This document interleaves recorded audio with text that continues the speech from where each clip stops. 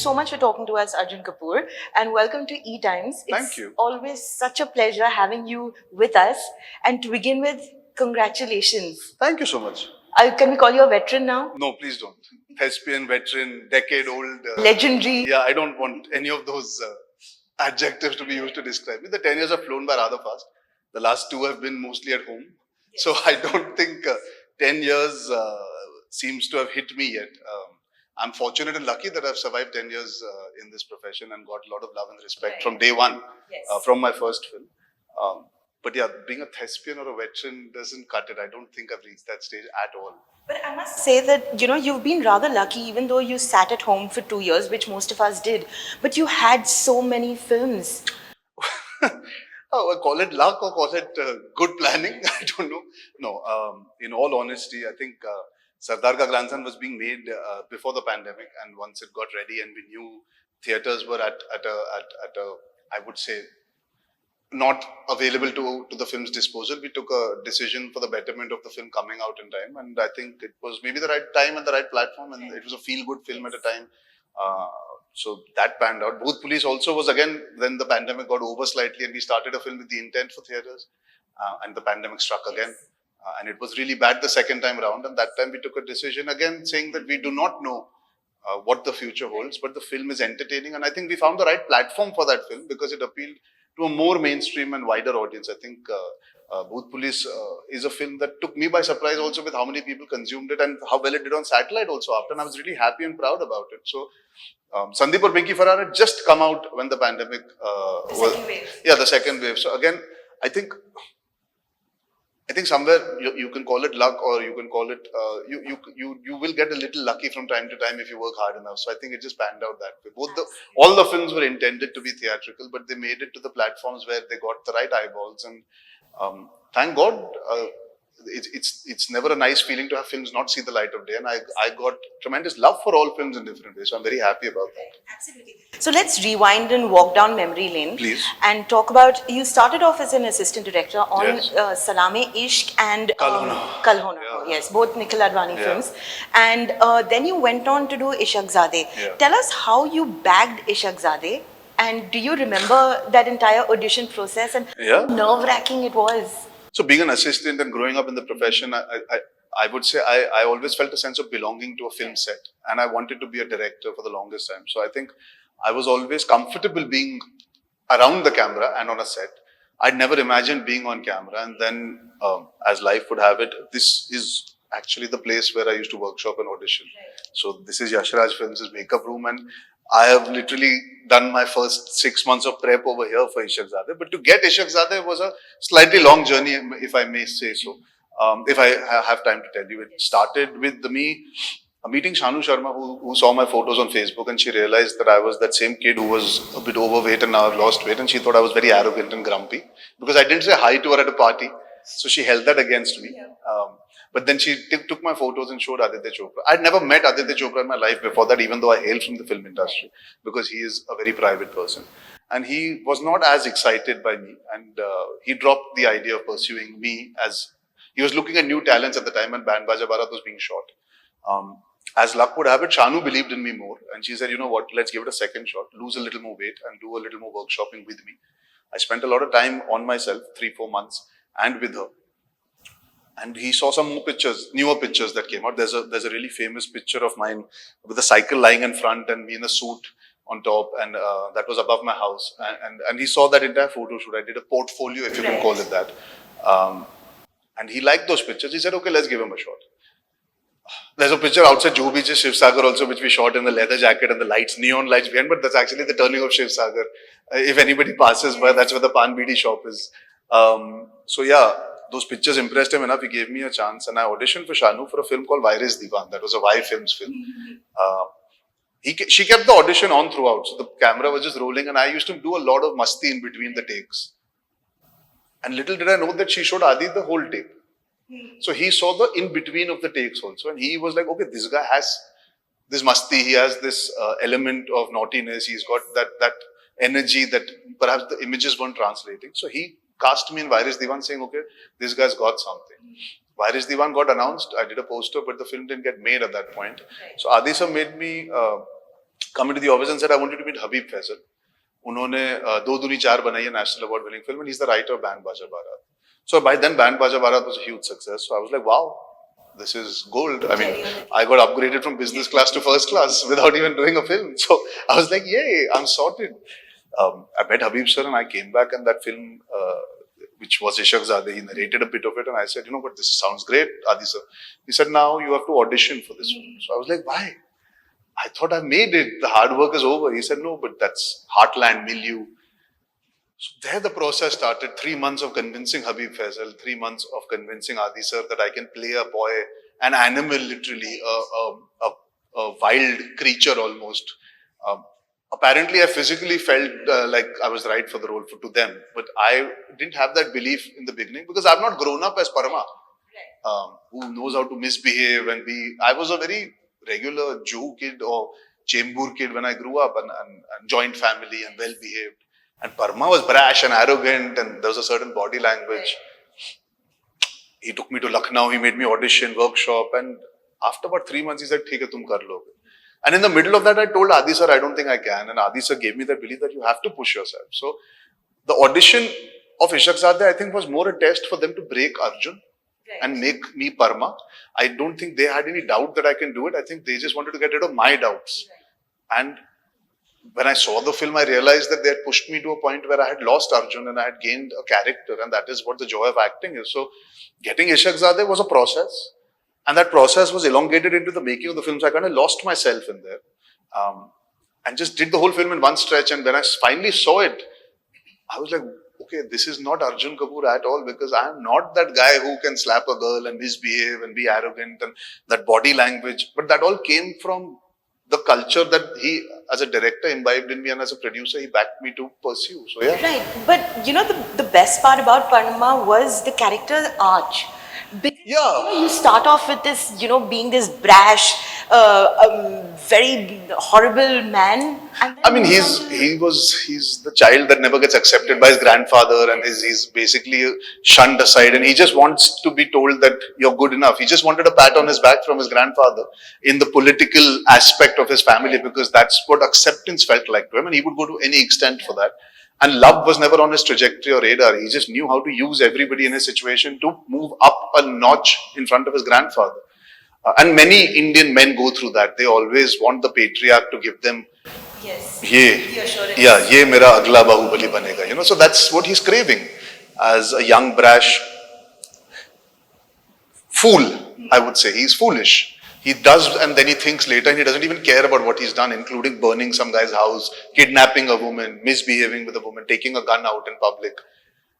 And there is a moment where his life changes forever, where his mother is taken away by his own family because of what happens. And his choice is the reason that all happens. And there is a realization that every action has a reaction. And essentially that leads him to realizing that there is a part of him that did fall in love with this girl. He's not able to get rid of that feeling, and he wants forgiveness, and he wants the ability to maybe make her a happy person, because that's what his mother would want.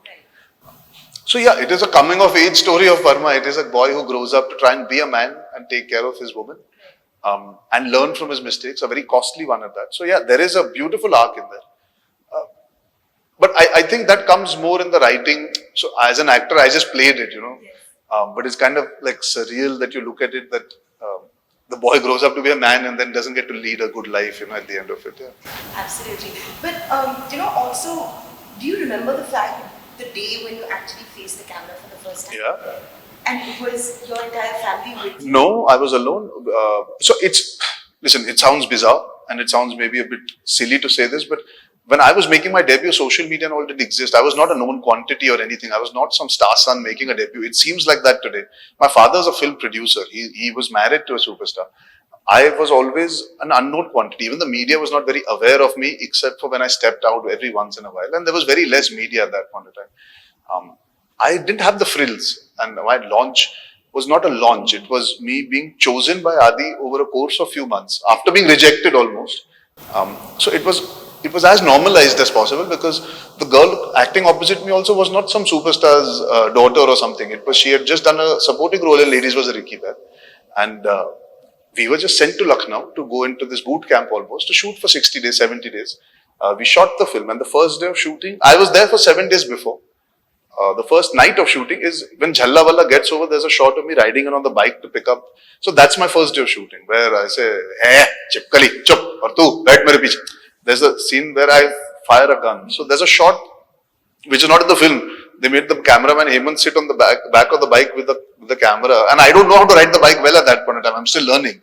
So I'm like, अच्छा पहले दिन पे camera गिरेगा ये shooting बंद होने वाली है. I was so nervous, but I gave the shot. और वो लग थी कि I was riding a YesD in the film. Now the YesD is one of the toughest bikes. It's a very old bike. It gives a kickback and all. So I was nervous, and it was cold, and I'm wearing a linen shirt, kurta, and my hands were sticking to the thing but then the day happened and it went well. And I remember it was 12:45 on the 23rd of October 2011, my first shot. Wow. Yeah, I still remember that. That's wonderful. But after you came out of, Ishaqzaade, of course you had Aurangzeb, Gunde and all of that. But what also defined you was the year 2014, when you had Two States and Finding Fanny. Yeah. Two such amazing characters, Savio. Yeah. And of course, we wouldn't have ever imagined you as Savio. It was such a unique character. So I think I had Gunde on 14th Feb, 18th April was Two States, and if I'm not mistaken, 12th of September was Finding Fanny. In 1 year, I got to do 3 different worlds, and I lived them almost parallelly while shooting also, because one day I was a gangster in Calcutta, the other day I was an IIM student, and then I was this lonely loser of a driver who's failed his life and come back to homeland in Fanny. I never ever have shied away from backing myself to do all kinds of work. When I got offered Fanny, people said, "Arey, tu to action hero hai. Don't do these kind of films. What are these kind of films? English and all." I loved being Cyrus, and I thought I should work with this director. Great ensemble. Where will you get to work with Pankaj Kapoor and Nasiruddin Shah in one frame? How many people can ever say that? Exactly. And Dimple Kapadia. And Dimple Kapadia and Deepika, and doing an English film, yes. Pushing yourself out there and doing another language. And I'd never got to play, I hate saying the word, but I'd never got to play a character who's down and out. I'd always been pitched I was being offered and being pitched as a front-footed main lead. Right.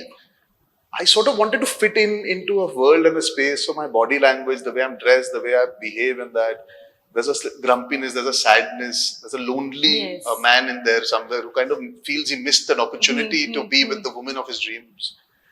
I quite found it endearing to do. So I did it. Yeah. And I didn't think otherwise. Even when people stopped me, I didn't want to stop. I wanted to do that film. And I'm very proud of doing a film like that. It's the same thing for Ki and Ka. People told me, don't do a film where you're playing a house husband. You're a main lead again. Tum ghabru jawan mar do. Ye kaisa role karoge? But I'm sorry, Ki and Ka was one of the most defining roles that you have done in terms of, not only your chemistry with Kareena, but also breaking those barriers. Yeah, thank you. Toxic masculinity is something that gets spoken about very openly now, but I'm talking about 2014 when we weren't as woke culturally on social media. I just have a tattoo of my mom, which is Ma. So for me, it is just as simple as that. When I heard that story, it was every boy grows up wanting to be like their father. Yes. What if a boy grew up wanting to be like his mother? And it just hit home for me. So Balkis has put this tattoo in our room also over there. He's painted it. But it just hit me, and I just... Listen, I feel I'm an audience member. I just connected to that thought and said, there will be a lot of people in this country who've thought about their mother the way this man is trying to put it. And it was a relevant conversation because a lot of working women were coming out and taking up corporate jobs in 2014. It was a very evolving time in India. Today it seems like back. Yeah. But 7 years back, the world was not the same as it is today. We have a lot more people openly talking about a lot of matters. But I love the fact that Balkis made an entertaining film. He didn't make a film that is preachy. I did it because I liked the idea. I was told कि अरे बाल्की ने शमिता बनाई है, तू क्या कर रहा है? अभी फ्लॉप पिक्चर बनाई, तूने तेवर की है, करीना ने गोरी तेरे प्यार में की है, ये पिक्चर चल ही नहीं सकती. की एंड का क्या टाइटल है? What is की and what is का? So मतलब किया and कबीर, it's की and का. It's मतलब की is स्त्रीलिंग and का is pulling. And I was like, how do I explain this title to people? Let people see the film. It's a very strange title. Yes. But I followed my conviction. The film was not even tracking very high when we were promoting. The film opened to 7.5 crores. And it made me back myself for the belief that there's a conversation start. Today also I meet people who say, अरे यार आपने वो picture की, अब मेरी बीवी मुझे याद दिलाती कि हमको घर का काम करना चाहिए. And I'm like, that's a good thing. That's a conversation starter in an entertaining way. So breaking stereotypes wasn't the idea. It was just to have fun and Right. start a new conversation. And to do something different. Yeah, because why should somebody get to tell me that I can't Yeah. do this role? Absolutely. And why should any guy that has a beard or a stubble not be a house husband? Why?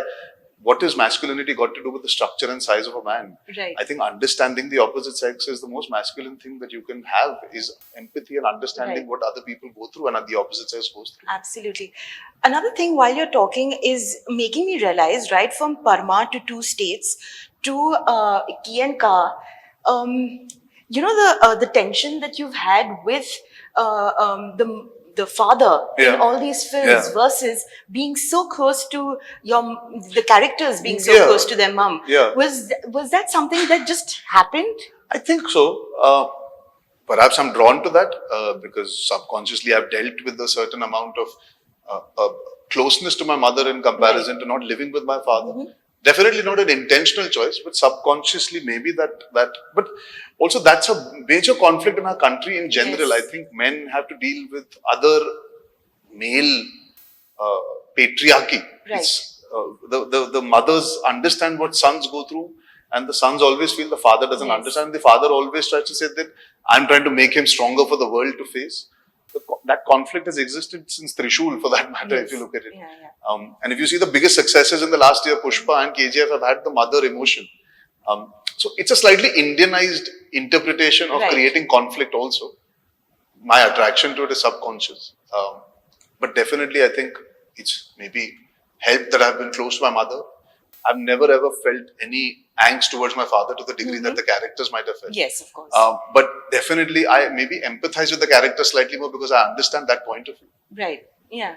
But also what struck people in Two States was this chocolate boy look that you came out with, if I may say so. Yeah. And your chemistry with Alia and Alia. how you took the film forward. And it was a Chetan Bhagat, of course. Everybody makes fun of his books, but Yeah. it did well. I mean, it did really well. I was told the other day that it's the first 100 crore film for the young actors generation. I was the first one. So, but I just think it's such a relatable thing today. Arranged marriage versus love marriage is Yes. such. I think today it's even more, which is very strange that this problem is coming in quite a bit about which area of the country you're born in and what your family does and what these things have become so important again for some strange reason. I think that film just appealed unanimously, and I think that college culture that shown in the film is a very true college culture that exists, you know. So it was done in a slightly fantastical visual, but it's very relatable. I just did the film because I really liked the idea of two people fighting to be together without actually physically fighting. You know, it wasn't. So I think Ishaqzaade is a different interpretation of Two States only. Right. But I found it quite exciting that here you get to see the mother's side, the father's side, the in-laws, and you kind of understand that nobody's wrong in their own place, but everybody's grown up with certain beliefs which need to be shattered from time to time. Absolutely. And love should prevail. So yeah, I just did it. I genuinely didn't think it would be such a big success. Right. I thought it would be a hit film. But ये 100 crore, 2 crore तभी value नहीं थी, हमको पता नहीं था. I just did the film. Alia was tremendous in the film. I think the film is incomplete without what Alia has done. What Ronit Roy did, the director's work, the DOP's work. I've never looked better. I was presented so nicely, even with glasses Yes. and simple clothes. It wasn't a typical Dharma hero in that sense.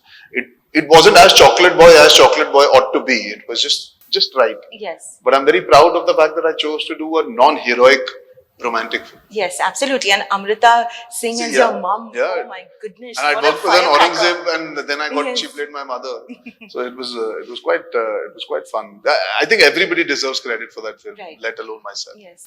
Okay, so then post that, of course, you've had films like India's Most Wanted. You've had Sandeep Aur Pinky Faraar, which perhaps have not done well at the box office, but have actually been, you have been praised for your performances. How do you deal with that in terms of, are you okay with the fact that, it's still going down in history as good No, films? I'll never be okay with a film not being appreciated overall. In the sense, I would never want a film to be a failure at the cost of my work being a success. I don't get happy with. अच्छा लोगों को मेरा काम पसंद है अभी film का बाद में देख लेंगे. मैं वैसा नहीं Producer's son. हाँ? Producer's son. Maybe, yeah. Also, my upbringing is such that I always care about the bigger picture. It's not. Listen, I'm in the best position when I come to shoot, but I want the film to do well for all accounts, not just me. actors get away with failure far more than the technicians also. So I always want the film to do well because there's a conscious effort to make a good film. Right. Am I happy about getting love for Farrar? Definitely. Am I happy that people have seen the effort and hard work I put in? Absolutely. Would I wish more people see the film? 200%. I would always want maximum number of people to see all my films. Farrar has found a certain amount of following and a certain amount of respect. And even now when I do interviews, when I meet people, they talk about Farrar and what I did and what we did in the film. The director is a fantastic director. He was on my wish list. I did Farrar when I was doing Mubaraka. So I wanted to go from Anis Bazmi to Divakar Banerjee. I wanted to explore the gamut of what I can achieve going extreme. And I loved it. I think I poured my heart into Pinky. The silences, the nuances that he allowed me to bring, the dialect. I worked for 3 months with Divakar sir, went to Delhi, lived there, spoke to cops, went to Mahipalpur. And even the climax, I really am happy that people appreciate it rather than for once making fun of a man cross-dressing for the right reasons. Right. We didn't do it to make people laugh. Yes. We gave some respect and some regard to why the man is doing what he's doing and very secure in his masculinity. So the theme's caught on and I'm very proud of taking that chance. I don't know how many people would have done it in my place. Right. A guy who's not known to be clean shaven shaves and then gets into a ghagra choli and dances in the climax versus beating up Jaideep Alawat, which by the way was the original climax that I get into physical alteration, but they changed it and I still did it. So I feel validated and vindicated for sticking my neck out and doing a unique film and a unique character to be called Pinky.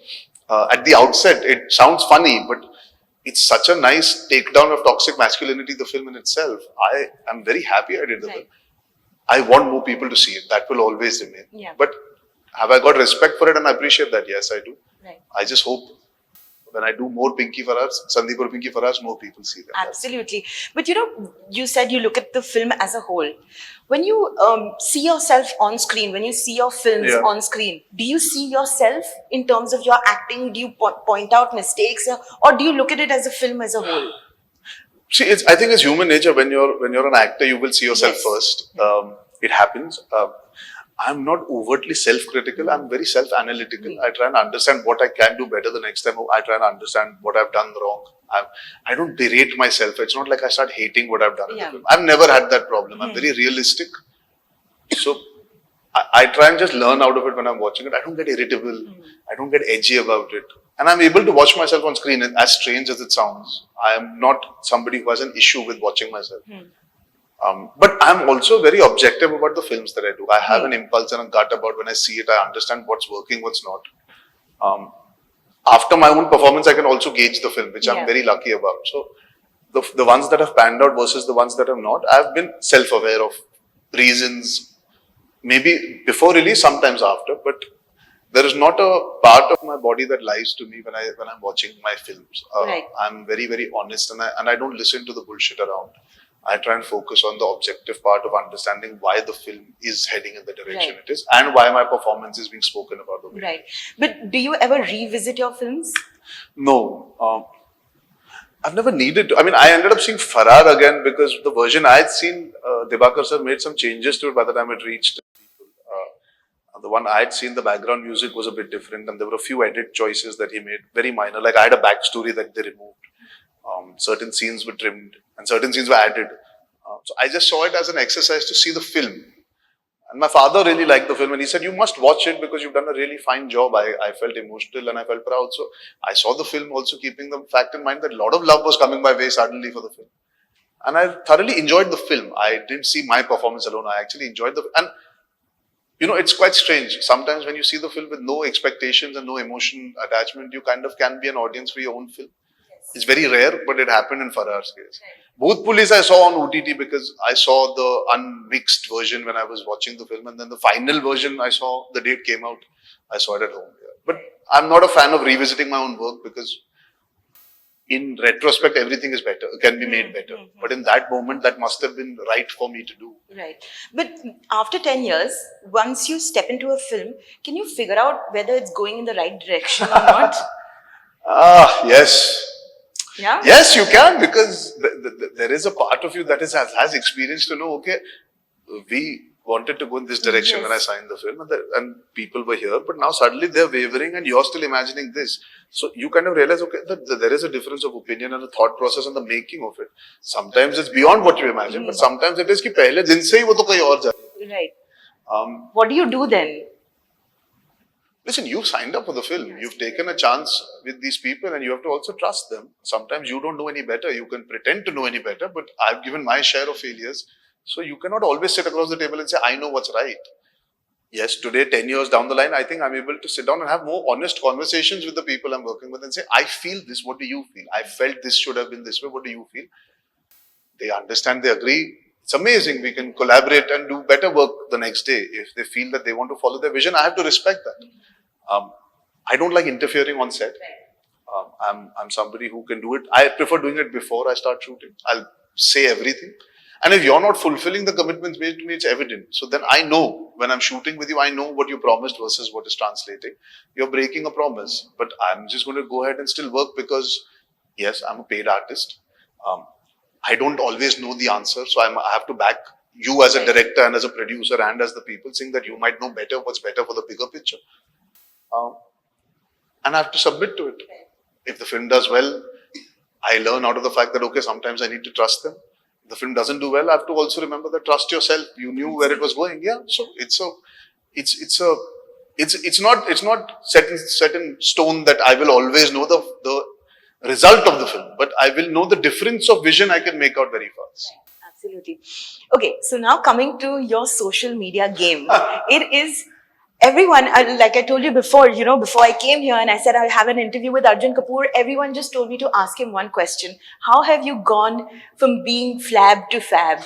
You're putting up all these pictures where, heroes are supposed to be so like macho and all of that, and you're putting your before and after pictures, which is, you're owning your body, which is commendable. Yeah, and I will always do that. I've never shied away from the fact that I was an obese kid. I've never shied away from the fact that I'm very aware that I wasn't looking my best for a phase in the middle, and my films and my audience were disappointed because of that. My film suffered on account of it.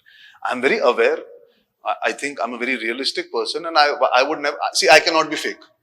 I didn't like social media, so I didn't get on for 3 years. But then my fans and my sister and everybody forced me, and I realized I can't keep up with the facade of trying to be somebody I'm not. I can't do everything that is relevant. कि चलो ये dance कर लेते हैं, ये वैसे मैं वैसा हूँ नहीं यार, मैं नहीं हूँ. I am this.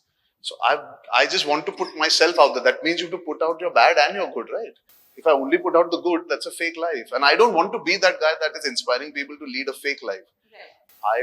And I say this with absolute love for Tiger Shroff.